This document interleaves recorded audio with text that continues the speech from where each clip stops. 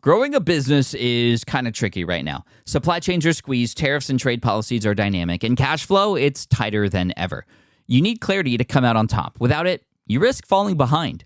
If only you could hop in the DeLorean and see the future, right? Thankfully, there's NetSuite by Oracle. NetSuite has real-time forecasting to help you move ahead with confidence. This is your AI-powered business management suite and the #1 cloud ERP. Trusted by over 42,000 businesses, NetSuite brings accounting, financial management, inventory, and HR all under one roof. It's your single source of truth, giving you the data and control you need to move quickly. And with AI built in, you can automate the busy work and focus on strategy. NetSuite helps you see what's stuck, what it's costing you, and how to pivot fast. If I were running a business with a lot of moving parts, I'd use NetSuite for full control over everything. Tame the chaos with NetSuite. If your revenues are at least in 7 figures, download the free ebook, Navigating Global Trade, 3 Insights for Leaders at netsuite.com/SPI. That's netsuite.com/SPI. Hey, I get it. You've worked really hard to build up your business, and it's doing great. So great that you need help now. The most important thing for your business is to hire the right people to support it. So how can you find amazing candidates quickly? Easy. Just use Indeed. When it comes to hiring, Indeed is all you need. Stop struggling to get your job post seen on other job sites. Indeed Sponsored Jobs helps you stand out and hire fast. And with Sponsored Jobs, your post jumps to the top of the page for your relevant candidates, so you can reach the people you want faster. And it makes a huge difference. According to Indeed data, Sponsored Jobs posted directly on Indeed have 45% more applicants than non-sponsored jobs. And it's one of the largest databases of job seekers, too, giving business owners access to a wide range of candidates. And one of the things I love most about Indeed is the job alerts feature. I get notified when new candidates apply. There's no need to wait any longer. Speed up your hiring right now with Indeed. And listeners of this show will get $75 sponsored job credit to get your jobs more visibility at Indeed.com/smartpassive. Just go to Indeed.com/smartpassive right now and support our show by saying you heard about Indeed on this podcast. Indeed.com/smartpassive. Terms and conditions apply. Hiring Indeed is all you need. You spent months building towards launch day, but when the clock hits 0, your site crashes. Bots swarm, and loyal fans rage on Reddit. That's not good. Fanfare was built to stop that. Fanfare is the drop platform made for high-pressure moments, stampede-proof infrastructure, verified waitlists, and bot filters that actually work. Instead of refunds and rage, you get retention and revenue. And that sounds great to me. Your next launch shouldn't be a gamble. Get Fanfare's 5-step hype drop playbook and learn how to bulletproof your drop at fanfare.io/playbook. Again, that's fanfare.io/playbook. This is the Smart Passive Income Podcast with Pat Flynn, session number 207. Let's get going. Welcome to the Smart Passive Income Podcast, where it's all about working hard now so you can sit back and reap the benefits later. And now your host. His favorite voiceover guy is John Melly. Hey, that's me. Thanks, Pat. Pat Flynn. Still using a copy-paste website? Break the template trap with Framer. Whether you're overwhelmed by traditional site builders or frustrated with cookie-cutter designs, Framer gives you the freedom to create a site that's professional, polished, and uniquely yours. Framer is the design-first, no-code website builder that lets anyone ship a production-ready site in minutes. It's free to start, allowing you to browse hundreds of pixel-perfect templates or even design something on your own on a totally blank canvas. Add bold animations like appear effects, text effects, parallax scrolling, scroll animations, looping animations, and much more in seconds. The built-in AI handles the heavy lifting, generating starter layouts, and can even translate your entire site to any language. Ready to build a site that looks hand-coded without hiring a developer? Launch your site for free at framer.com and use code SPI to get your first month of pro on the house. That's framer.com, promo code SPI. Framer.com, promo code SPI. Rules and restrictions may apply. Hiring shouldn't be a hassle or a drain on your budget. Upwork is your one-stop shop to find, hire, and pay top freelance talent, saving you time and keeping costs in check all in one place. Companies at every stage turn to Upwork to get things done and find more flexibility in the way that they staff key projects and initiatives by assessing a global marketplace filled with top talent in IT, web development, AI, design, administration support, marketing, and more. And I've personally used them myself and can vouch for them. Posting a job on Upwork is easy. With no cost to join, you can register, browse freelancer profiles, get help drafting a job post, or even book a consultation. From there, you connect with freelancers that get you and can easily hire them to take your business to the next level. Upwork makes the entire process easier, simpler, and more affordable with industry-low fees. Post a job today and hire tomorrow with Upwork. Visit Upwork.com right now and post your job for free. That is Upwork.com to post your job for free and connect with top talent ready to help your business grow. That's UPWORK.com, Upwork.com. Go there now. What's up, everybody? Thank you so much for joining me today in session 207 of the Smart Passive Income Podcast. We're closing in on, almost the end of quarter number 1 here in 2006. A lot of amazing shows, and I'm so excited because the lineup is even more amazing in this next quarter. And it starts here with Jess Lively. Yes, her last name is Lively. You can find her at jesslively.com. She is our guest today. She is an amazing person who has an amazing story about how she went from sort of selling jewelry since she was 15 and kind of going down that road and really doing well with that. But then listening to the voice within herself to then make this shift into now online business where she's now making over $200,000 a year doing that. So it's an amazing story, and she teaches us how we can listen to ourselves. I think it's really important to, when you hear that gut feeling that you have, that guttural kind of reaction to something, like how do you listen to that? What does that mean? Well, Jess helps us break that down. She also tells us how she's been able to build her raving fans and how she's just awesome. So here we go, right into it. Jess Lively from jesslively.com. You're going to love it. All right. I'm so happy to welcome Jess Lively to the show. Jess, thank you so much for coming on the SPI podcast. How are you? I'm doing great, and it's really a joy and kind of surreal to be on the show. Well, you know what? You had me on your show twice before, so I only have to pay you back and do this for you. But I wanted to do this for the audience because you have so much great stuff to share. We're going to cover a lot of topics today in a very organic manner. Even you said beforehand, this is a very hey, you're on the Oprah show. Even though I don't want to compare myself to Oprah, it's like we're here, we're just having a conversation. The audience is watching. And so why don't we just start off with you introducing yourself to everybody and tell us your story. How did you get to where you're at today? Great question. The one that I start with at my show too. So fun to get to answer it. Basically, my name's Jess Lively. I now currently live in Ann Arbor, Michigan, which is ironically kind of where this story sort of all began many years ago. I was 15 and started a jewelry business by accident.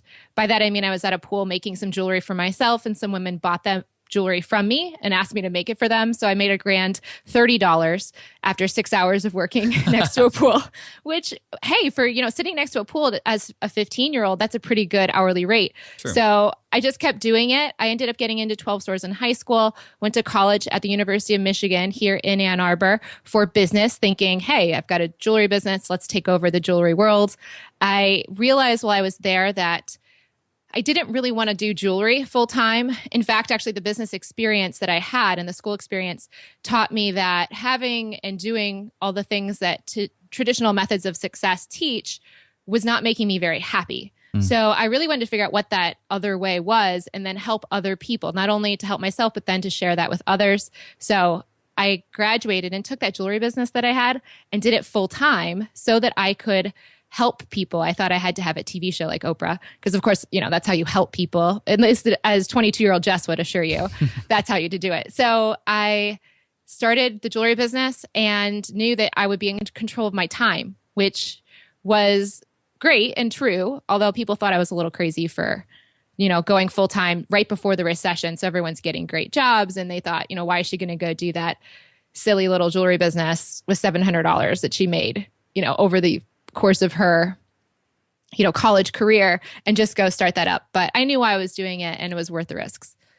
Well, the jewelry business, I'm curious, when you say you go full time with the jewelry business, what does that mean? Are you like at home making jewelry? And actually I moved to Chicago. So I had my parents help me zip up everything I had in a U-Haul and take it to Chicago, dropped me off. I had a studio apartment that I decided I could afford arbitrarily and said, I assume that I can pay $800 a month.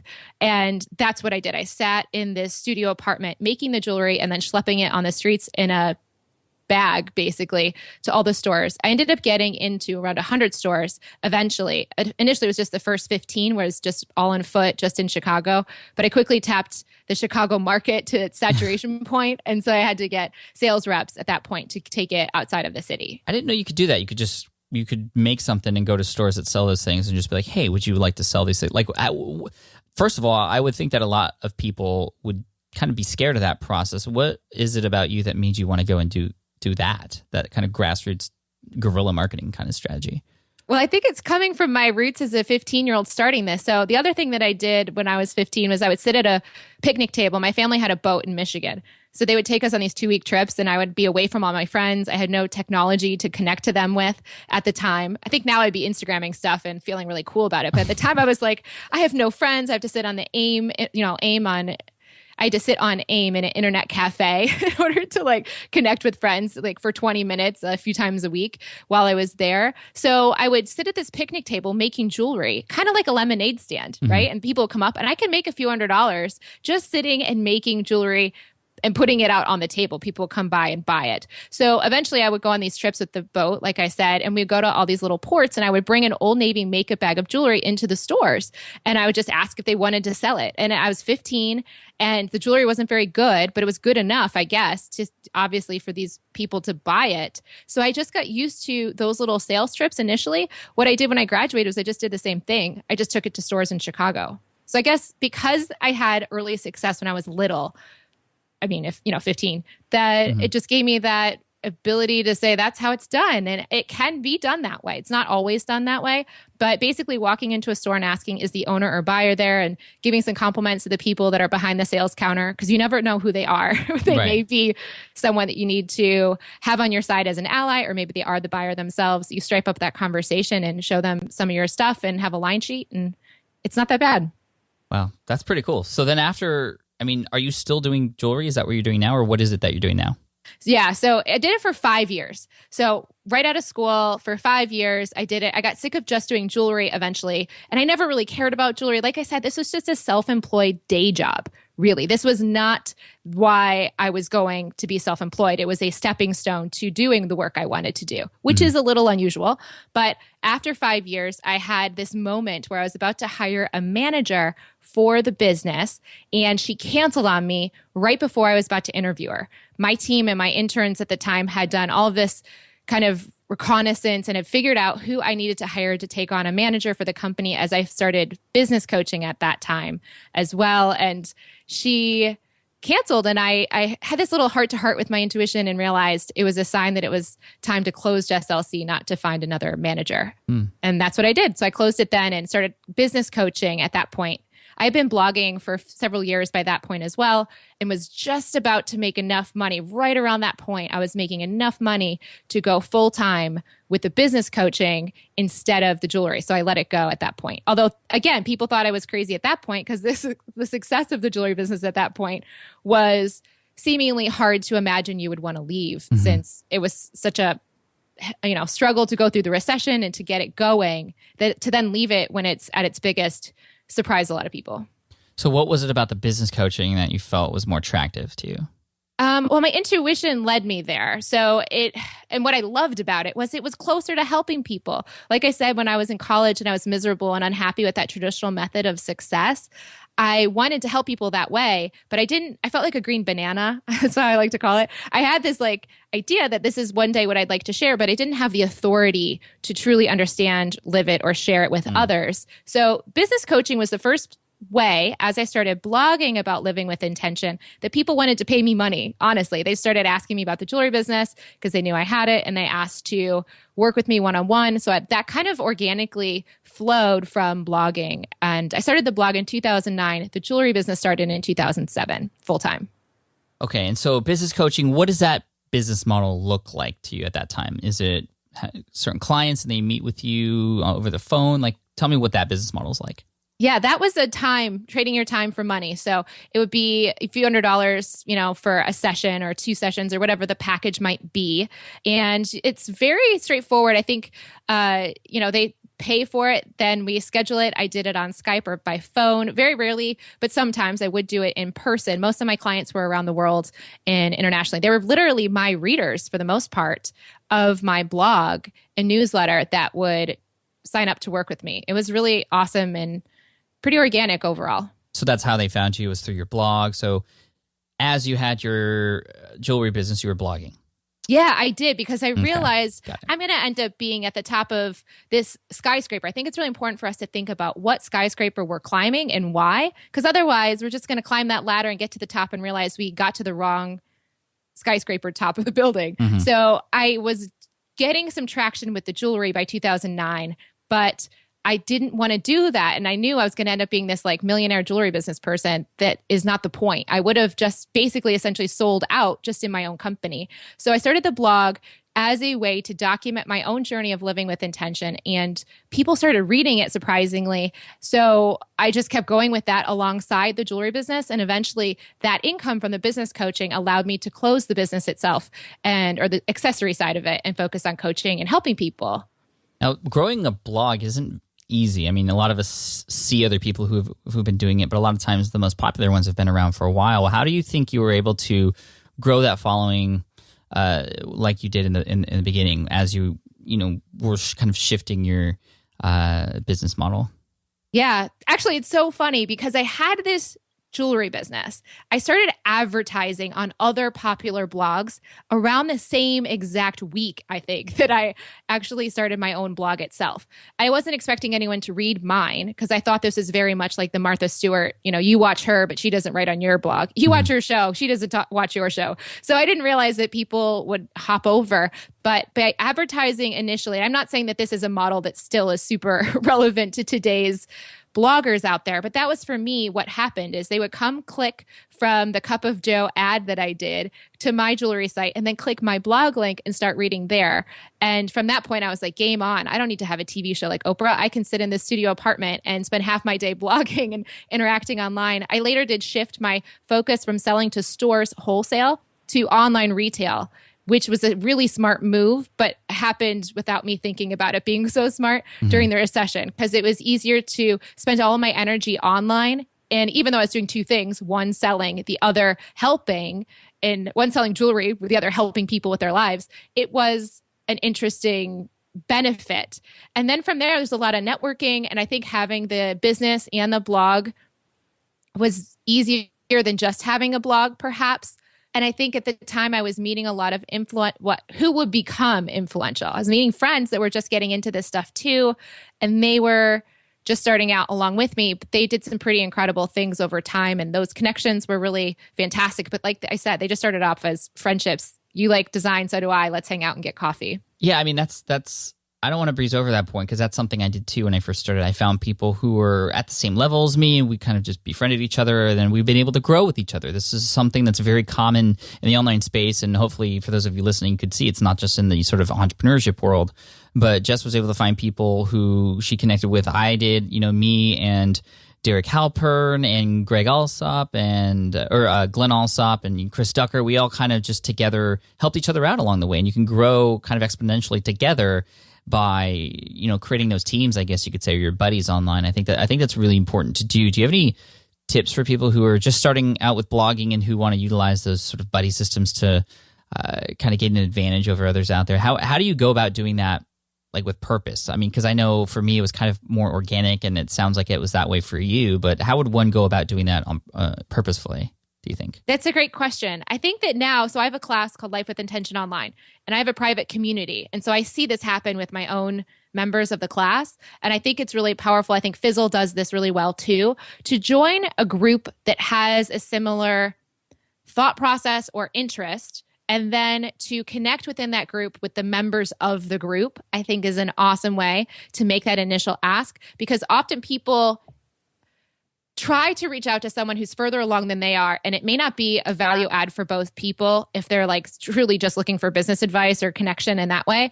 But by finding people that are members of something you're also a part of, you're kind of genuinely reaching out because you're both genuinely interested in connecting. So I think that's really helpful. You can do the cold email. I don't think it's impossible to do. I think it's just generally easier the more you have in common with the person you're reaching out to for them to want to connect with you. And it doesn't mean they have to be twins with you, but I think they have to see the value of connecting with you as well. Yeah, I think that's really important. Finding those small connections to kind of start that conversation is key. And I think going at it with a true intention of actually befriending that person, and not just like, what could I squeeze out of this person to help me is really the underlying factor there that we all need to consider. I mean, just being honest and authentic, and how would you want to be treated, right? So you want to make sure you go into it with just a friendship in mind. I think is key. But also, you could make it around business too, like starting a mastermind group together. Are you in a mastermind group with anyone, Jess? I am not in a formal, multi-person. What I found is through my show, I've really connected with certain guests in a really great way. And so we have formed little monthly accountability meetups where we chat with each other. And it's essentially very similar, but it's just done one-on-one. Cool. Yeah, that's what I have sort of with Chris Ducker, except we talk multiple times a week, and it's not always about business, and we poke fun at each other all the time. But anyway, mastermind group or one person as an accountability partner, it's huge. I mean, how important do you think that is for where you're at now? Oh, I think it's really helpful. I don't know that it got me, quote unquote, to where I am now in terms of, I just took a slower route maybe than other people though, because we're talking, 2016? This is 7 years now. So maybe it could go faster for other people. But even still, I've had conversations with some of my accountability partners that said, you should have this type of offering. And it's something I've never even considered before. And they give me the ropes on how they've done it. And that's been really useful information to apply to my own business. And it has grown, especially recently. I offered a mastermind level to my course because of a recommendation of a friend. So that was an awesome thing that I never would have done had I not had that conversation with her. That is really cool. Okay, so you're running this business, you have clients, you're coaching. I know now that you're doing more than that though. What was the transition? What made you transition from more one-to-one time-based stuff to sort of more passive income and sort of in getting into online courses? Yeah, that's kind of an interesting jump there. So I was coaching one-on-one, and then I saw this thing, and the ladies of the audience may know what I'm talking about here, called Blog Shop. And Blog Shop is this really well done event that Brie Emery did years ago. I think she still does them now, but I'm not even sure. But at the time, years ago, she was doing these workshops, traveling all over the world, selling out these beautifully curated events, teaching bloggers how to use Photoshop. I saw that concept and I loved it. I wanted to do the same. I decided to take my business coaching on the road, if you will, and did all of these workshops across the country. And I never asked my intuition if that was a good idea. I came from a good place. I knew I wanted to help people, and I thought coaching was going so well and I was helping people. So obviously I should just keep doing it in this new fancy way. But I was using money. I did several of these workshops across the country, and I know what it's like to push and keep going and persevere. I've been doing the business for half my life at that point. But I didn't know if this kind of success that wasn't really hitting when I was doing that type of format was an indication that I needed to keep going, or if it was an indication I needed to do something different. And I finally, for the first time in my life, and this has been a huge turning point for me, asked my intuition what I should do next. And I heard very clearly it had nothing to do with workshops. And I knew it had to do with the work that I do now with Life with Intention Online and the Lively Show. So when I heard that, I tried initially to take that direction while still doing the business coaching, but it didn't work. I wasn't getting anywhere, basically. And I knew what my intuition had told me to focus on this Life with Intention work. So I eventually let go of the business coaching. Again, people are like, why are you not doing the thing that's successful? Like, why do you keep changing on it? But I knew my intuition was guiding me, and it was really getting me to this place 10 years later that I always wanted to be when I was in college. So I spent 14 months taking what I learned over 8 years of studying that alternative approach to life that's not based on traditional methods of success from business school days. I was trying to figure out that other way. Spent 14 months putting together the frameworks and the process that is involved in Life with Intention Online, worked with a curriculum designer to make it as powerfully teachable as possible, and then started sharing that with my audience. And at the same time, I started to recognize that the blogging thing, I'll say I didn't have mega success with blogging. My page views rarely got over 100,000 page views a month at that previous, business coaching side of things. So it wasn't this huge blog. It kind of plateaued, and I was frustrated by that lack of growth after so many years. And so I started to think maybe there's a reason that didn't grow either. Maybe there's a reason both business coaching and workshops specifically and the blog weren't taking off. And the one thing with the coaching was because I wasn't supposed to be coaching on that subject. So that's why. When it comes to the blogging, I always wanted to have a show. And I realized that podcasting was getting really popular in 2014. And I thought it would be a greater, more accurate way to convey the type of content and message that I wanted to share all along, which was to have a show. So I started the podcast, The Lively Show, back then. And then alongside both of those things growing at the same time, I really hit my stride. And it's been really exciting and extremely gratifying. I'm so grateful that I get to do what I do today. It's been a long road. I mean, I've just like covered in 20 minutes, 10 years of work to get there, but it's really grateful. And I'm just so glad that I get to do what I do now.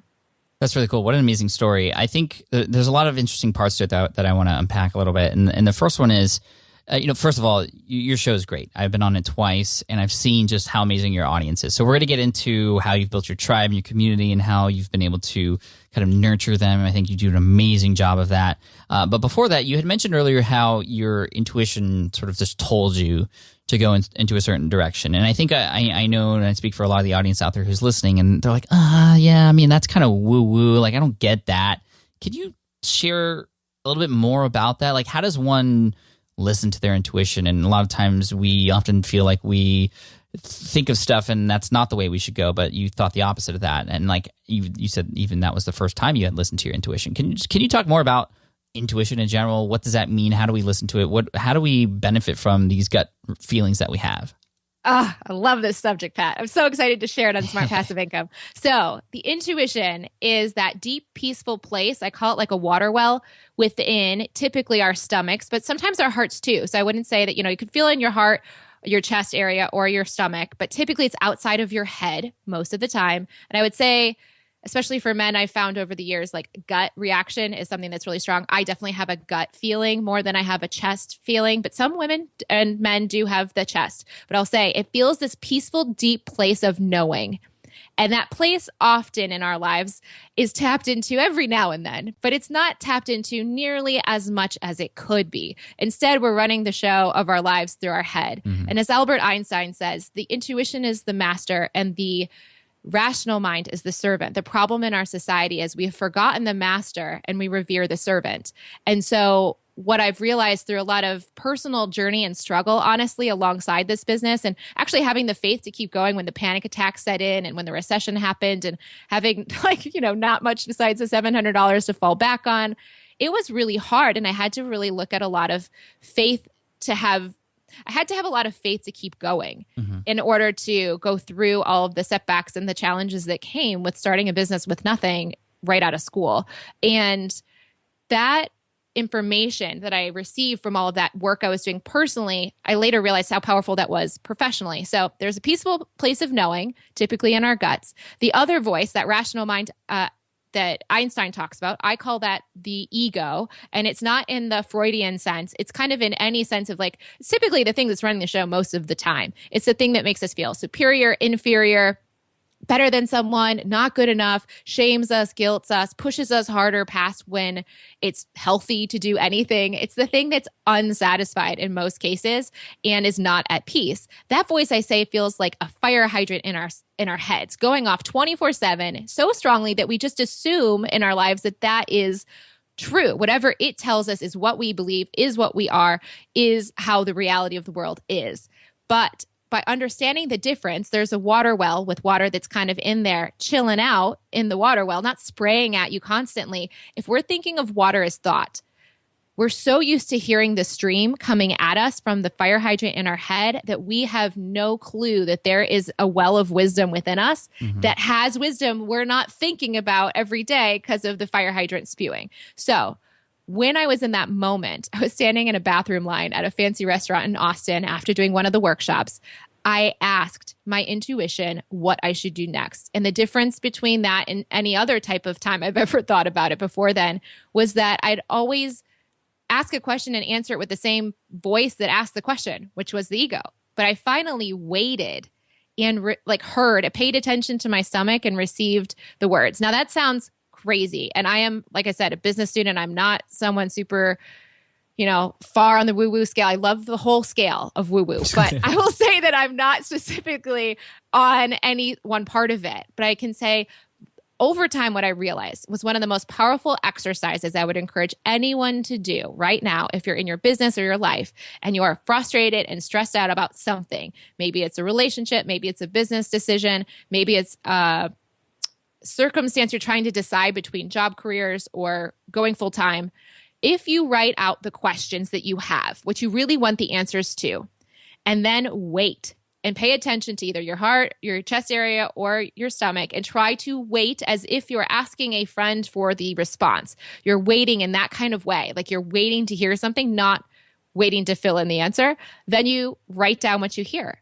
And then you have a follow-up question. So half the time I write anything to my intuition I hear. I go, why am I so scared about blank? Half the time, or no, why am I so upset about blank? Half the time, the intuition's response is because you're scared. And that's like mostly the first response I hear. And then I go, all right, why am I scared? And that's when the good stuff happens. So if we can recognize that there might just be a chance that there may be some wisdom inside of us that we're not actively using on a daily basis, and we try, just give it a shot and actually have the patience and curiosity to wait and see if we hear something, that is like amazing. That is so much feedback. And it told me a direction I was not even consciously aware of at the time when I asked the question. And I think that the more we can do that, the more we can feel confident in taking risky, uncertain decisions from a place of peace. Because the ego hates all of that stuff. It hates peace.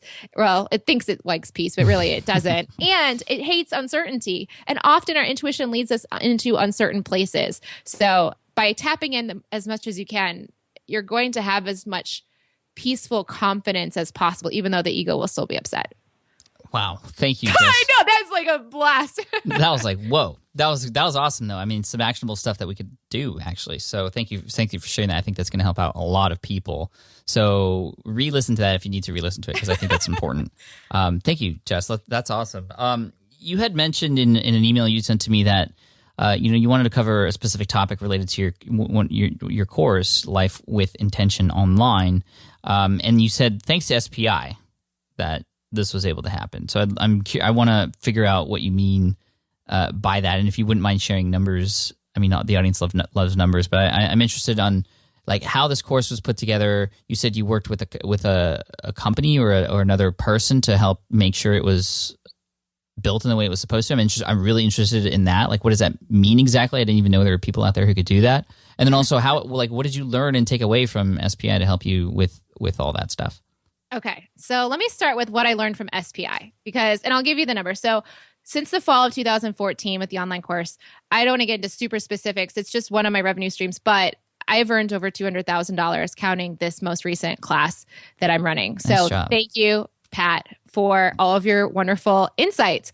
And I can say thank you to these special guests as well. So of course I've listened to, I wouldn't say all of your shows because I just found out about you in 2014. I tried to cover as much ground in your archives by that point as possible, but you had many, many at that point. But a few that were super key for me, and if anyone else is creating an online course, there are some I'd like to draw your attention to. Number one is Lewis Howe's episode about webinars. Super huge and so good that I actually bought his book as well on the subject. That was super helpful in terms of how to run a webinar, which could be good for a seed launch or for just actually selling the class itself. Derek Halpern's episode with that sandwich that he talks about, that offer structure, that was really great. Bonus sandwich, yeah. Bonus sandwich. And then Amy Porterfield talking about her launch strategy using Jeff Walker's approach and then Jeff Walker's book itself. So by buying 2 books and listening to dozens of your shows. And that was really what helped me figure out a lot of it. The other things that your show actually connected me to was the Fizzle guys and Corbett Barr.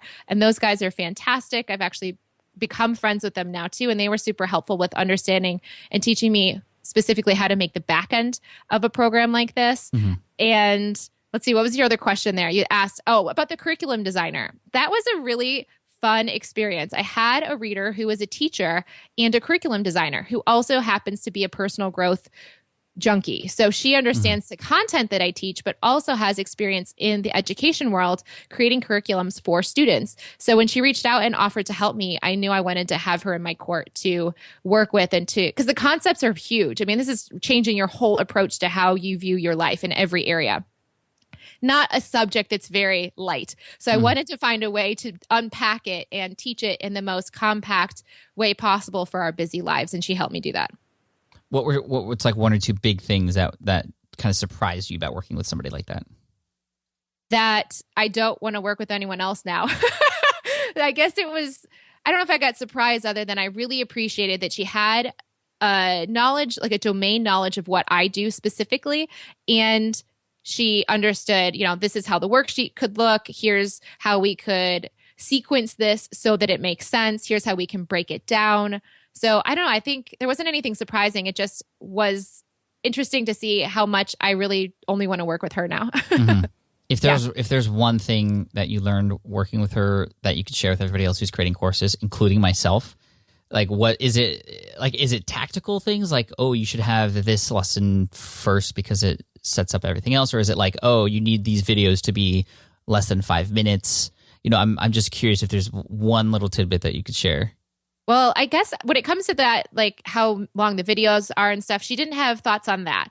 What I got that was from Fizzle. I think that Fizzle teaches content in the most effective online way I've ever seen. So I really love how they break it all down into modules and small videos. Yeah, so good. So I loved that approach. So I knew that was the medium I wanted to deliver in. What she helped me do was just be a sounding board. I think it's so helpful for people that have all this knowledge in their heads to have someone else to talk to, first of all, but especially if they have an understanding of just generally like how to sequence content and information and share relevant stories and messages that get your content across in a succinct way possible.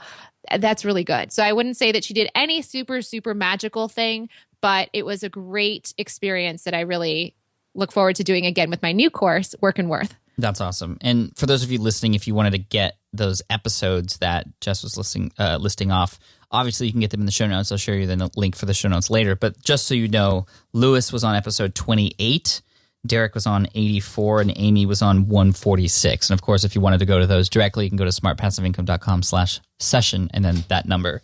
So again, that's 28, 84, and 146. And then of course, the cool cats over at Fizzle, smartpassiveincome.com/Fizzle. Okay.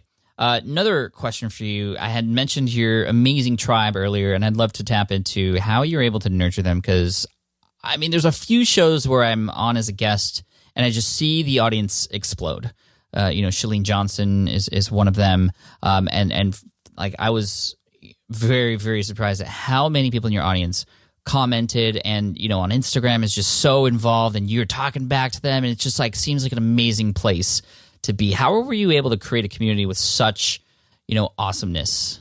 Oh, I have to hand it to them. I think that they are just awesome people.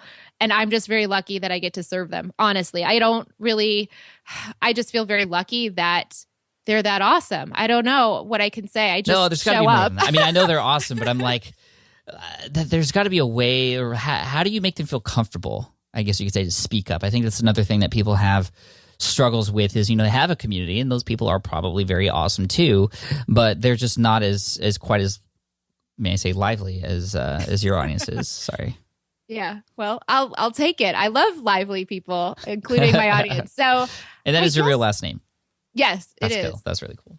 I know. It's very apropos. So I guess I can say that maybe by the content that I share, right? The fact that we go into the deep stuff on the show, the fact that it's not just what they did, but why they did what they did. The guests share so openly and vulnerably on the show that I think that opens the listeners up to sharing their situations and their personal stories and wanting to connect in that way. So that might be part of it. Okay, I'll take that. Yeah, I'm not like feeding them, special food or anything. I'm just really excited. I pour my heart and soul into the show, and they see that. I think that's really part of it as well. I think that's what it is. I think that's really what it is. Because when I listened to the episodes where I was on, I was like, in your intro and just listening to some of your other shows too, it's obvious that this is really important to you and that you care. And I think that's, as Gary Vaynerchuk says, caring is really what it's all about. I mean, that's the name of the game. So you obviously portray that. So thank you for continuing to do what you do. And, the other thing that I know you are coming up with, or you have coming out, excuse me, is a book, which is really cool, about self-worth and work. So I want to tap into that a little bit. What is the name of this book, and what is it about? So great question. So excited to be sharing on this subject. The first thing I'm going to do before I get to the book is a mini course to actually run this through with real people and get feedback that I can incorporate in the book. So I'm not sure on the subject title. Smart. Yeah, I think that's a really great way to go ahead. What made you decide to do that? Like, where did you get the idea? Life. I was about to write the book, and then I had some circumstances pop up, and I had this conversation with an agent, and then we were talking about it, and somehow it kind of came through the conversation that it could be even better by having all of this field testing and these stories to fill the book. I've been doing a lot of research already from just interviewing one-on-one people, but I hadn't really done the process that I'm prescribing in the book with anyone yet in a large group format. So I thought this would be a great way to test run it and then get those feedback, get that kind of library of stories to share in the book itself. Yes. So I'm really pumped. That's going to happen in March. I'm not sure when this episode will air, so maybe people could join in if they're interested in it. But the class is called Work and Worth, and it's coming from my own realization that I had a working issue. I had this over-identification with my self-worth tied to my work. And I didn't know that that could be a thing because no one's talking about that being a thing. If it had been, I would have known, I would have self-diagnosed it and worked through it. But because I think so many people that struggle with it assume that it's normal, especially in entrepreneurship, I didn't know that I was struggling in the ways that I was struggling. I thought it was normal. So the course, that's going to be paid, a free course? How's that working? Yes, it'll be a $100, like $97 course. It's going to be done in a really fun, interactive lecture format. There'll be 2 lectures, and they'll be recorded for people that can't make them online, and a Q&A kind of call as well. And there'll be a workbook for people to use in the lectures and apply to their lives as homework. So it's going to be fun. And really, it's going to walk people through the people that are kind of feeling this pain of over-identification, the frustrations that come when you're really tying your self-worth to your work, how to handle that, and ultimately how we can go forward in our lives understanding that we might always have this tendency to want to define ourselves by our careers or our businesses, but also have that mind space and ability to not live from that place. Though the ego might want us to think about it, we don't have to. We can choose to live in this other way. And so that's what the class will actually be helping people to do. That's really cool. I think that's a really, really smart way to approach a book to get those stories. It's gonna, that those people who are gonna be in that course, they're gonna kind of be like your launch team for that book too. They're gonna, of course, promote it because they're gonna be involved in it, and the testimonials that come out of that, the stories, and just making sure that the book becomes something that is actually one that has steps that are actually useful because you put them into action already. That's great. I think that's a fantastic idea. I mean, I did it the other way, or most people do it the other way, where they come out with the book first and then have the course come out. Yeah. You know? But this is the opposite, which I think is really, it's really clever. Thank you. I know. I think it's going to be a lot of fun. And I'm just so excited to bring this conversation to the table for us to recognize that there are times when, entrepreneurship can be hard, it can be risky, it can be stressful, but how much of that is self-imposed and how much of that is reality? Because I was struggling for 6 years, always up when the stats are up and down when the stats are down. Mm-hmm. And I was just sick of that cycle. And I finally recognized it for what it was. And I'm so excited to help other people, whether they're looking at stats specifically or not. There's so much self-worth that can get tied up into it. Have you ever struggled with that, Pat? Yeah, a lot. How do you deal with it? I talk to other people. I mean, that's one of the biggest things, like you said, having those accountability partners and people in mastermind groups to share these honest feelings with, who bring me back to earth sometimes and help me realize, why I'm valuable, even though at the time I might think I'm not. I mean, I go through these struggles all the time too. And I just, a lot of people think that at this level, you're like, oh, everything's perfect, but definitely not. That's for sure. I'm curious, like, how would you teach somebody, like, if you can give us a little teaser, like, how would one, how would you teach somebody to handle these ups and downs without tying them to our self-worth? I love that question, because one of the big things, especially if you're super tied up in self-worth and work, is it's easy for that ego, that voice in our head, to want to isolate ourselves from negative or downturns in the business. So it wants to have a completely like exponential upswing or a specific amount of growth year over year, right? But the truth is, if you look at your traffic stats, it's like the stock market. It's up and it's down. It's all over the place. Generally, there are some big trends. But when we're so stuck in the day-to-day, that specific dot on the line means everything to us. And it's hard to feel like that line's never going to change. Or we want to think if it's up that it's never going to change, but it's going to go down too. And so we have to recognize, how do we want to deal with the ups and the downs that are inevitable in every area of our lives, including our business? So instead of trying to inoculate ourselves and never have them, it's about being prepared for them to come and how we want to handle them. Because then when they come, we're not upset. We're not seeing ourselves as a failure. We're not assigning personal blame to it. We recognize it and we can process it from a more powerful place. So one of the things I noticed in my research was that people, when I asked them the question, do you experience more highs or lows more often in your career? Not did they have more highs or lows categorically, but which ones they experienced the longest or the most. The people that experienced good things most, and that was the smallest group of people, I'll be honest. That was a small group. They tended to say that they had thoughts that would squash the negative things. So they would say, if something bad happened, that tomorrow's another day, ups and downs are inevitable in life and business. It's not what happens to you, it's how you react that matters. They would say all these things that would help cushion the blow. They'd squash the lows.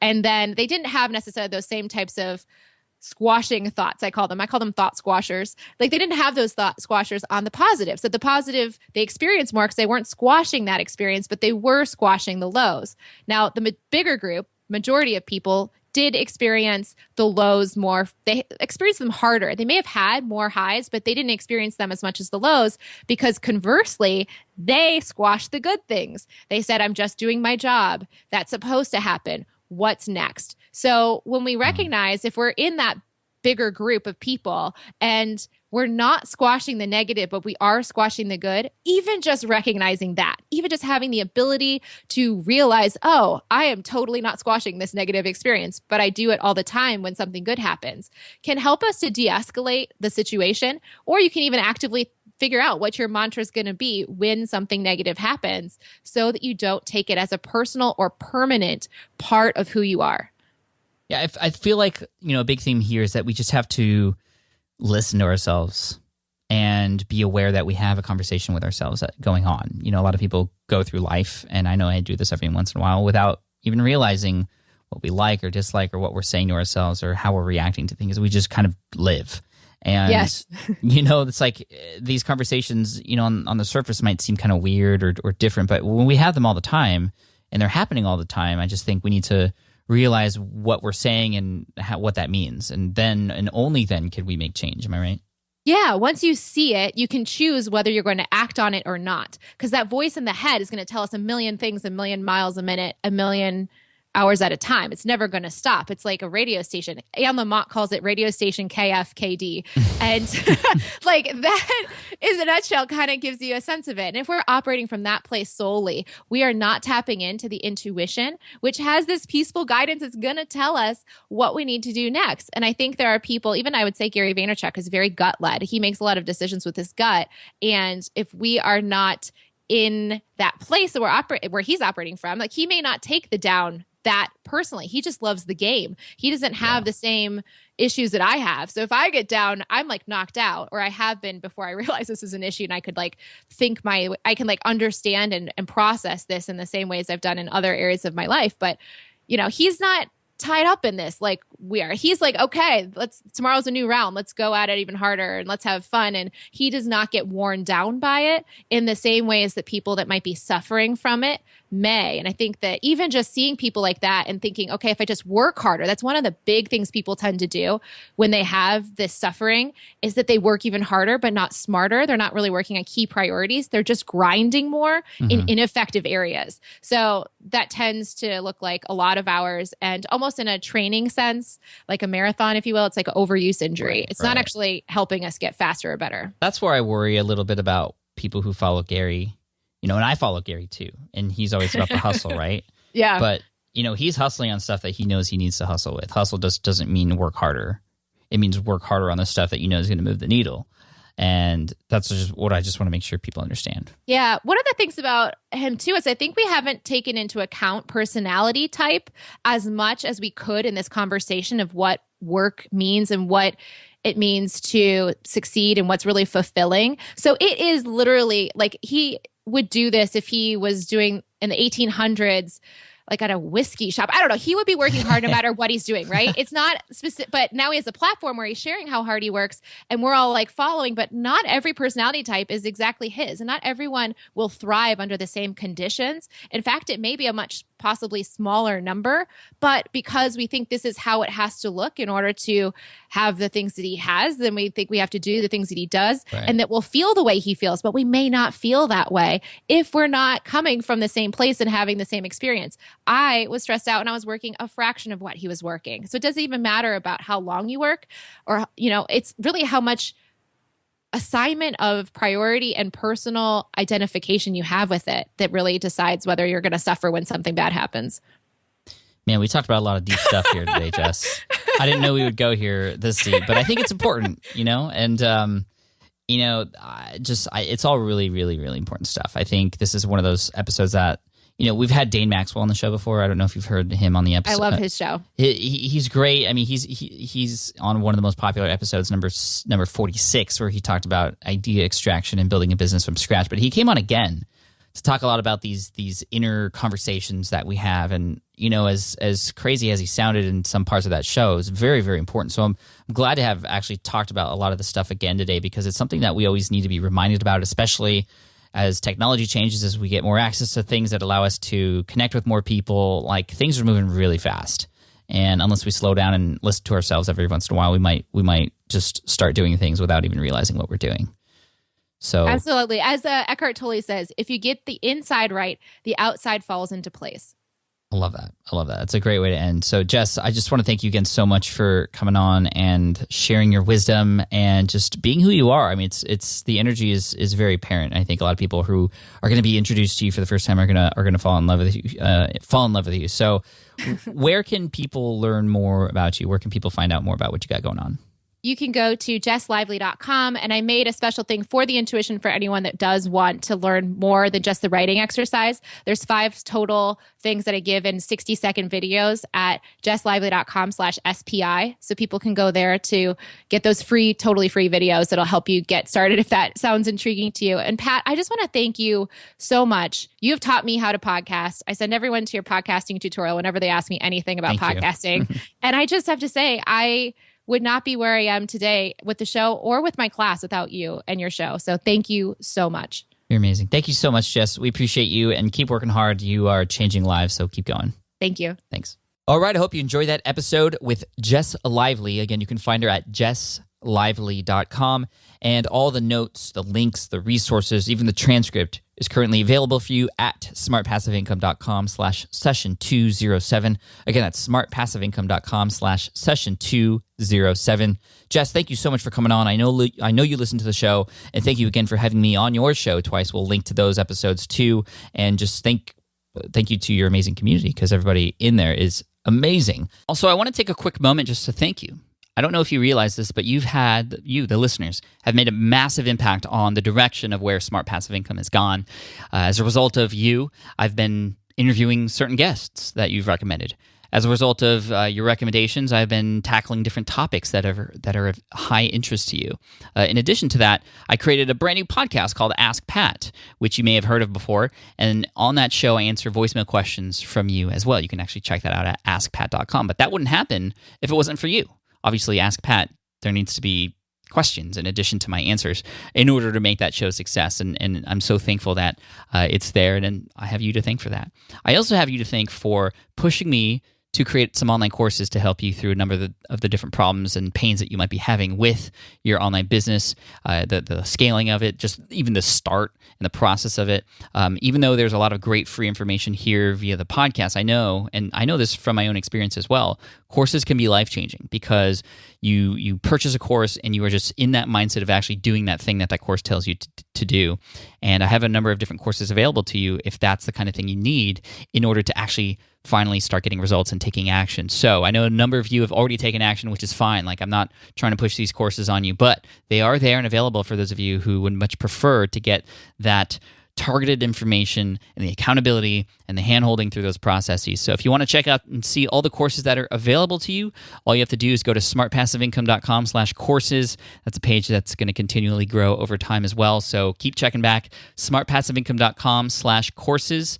And I look forward to hopefully seeing you there. Thank you guys so much for your attention and your time here today. I appreciate it, and I look forward to serving you next week. We have some big news, actually. I don't know if I talked about this on the podcast yet, but there's a new design for Smart Passive Income that is coming your way next week. And next week's episode is about why this design happened, because a lot of people are like, Pat, why are you redesigning your website? It's not broken. Well, kind of was, and I'll tell you why, how it was redesigned, and what the elements were that we wanted to make sure were included in the new design. Plus, a lot of you are going to likely want to go over and check that out as soon as it's up. But you'll hear about that next week. Until then, keep pushing forward, keep moving the needle. That next thing that you need to work on, just whatever it is that you need to learn, just have it be about that, because that's what's important right now. And here's to you and your success. I appreciate you guys. Cheers. Thanks for listening to the Smart Passive Income Podcast at www.smartpassiveincome.com.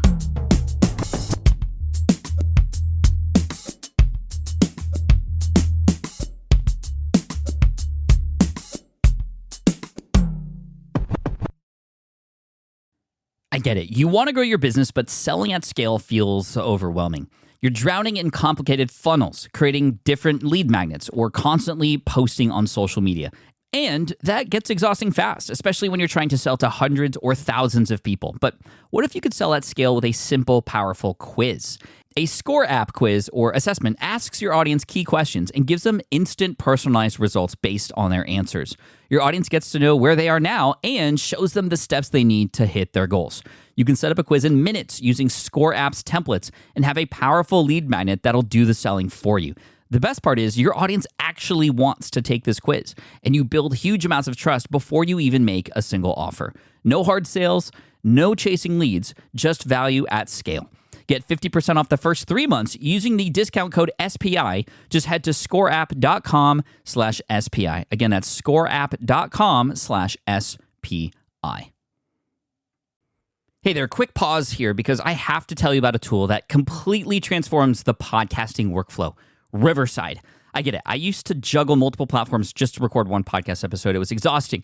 Zoom for recording, Audacity for editing, and then a bunch of different apps just to create clips and social posts. I've tried other ones as well. They were okay, but they were clunky and super time-consuming. That's where Riverside has massively helped. I can do it all in one place: recording, editing, repurposing, one platform, one streamlined flow. I just log in, record with my guests no matter where they are in the world, and just like that, studio-quality audio and high-resolution video all in one. And get this, even if your Wi-Fi glitches, Riverside records locally on your device so everything sounds and looks crystal clear. But here's my favorite feature, Riverside's AI editing tool. You can remove silences and filler words with just one click, hours saved. With Magic Clips, Riverside also automatically finds the best moments and turns them into ready-to-post videos for YouTube Shorts, TikTok, Instagram, all without the extra editing. So if you're looking to level up your production quality and simplify your workflow, go to smartpassiveincome.com/Riverside and use code SMART to get 1 month free on the Pro plan. That's smartpassiveincome.com/Riverside, promo code SMART. It's built by creators for creators, and I think you're going to love it.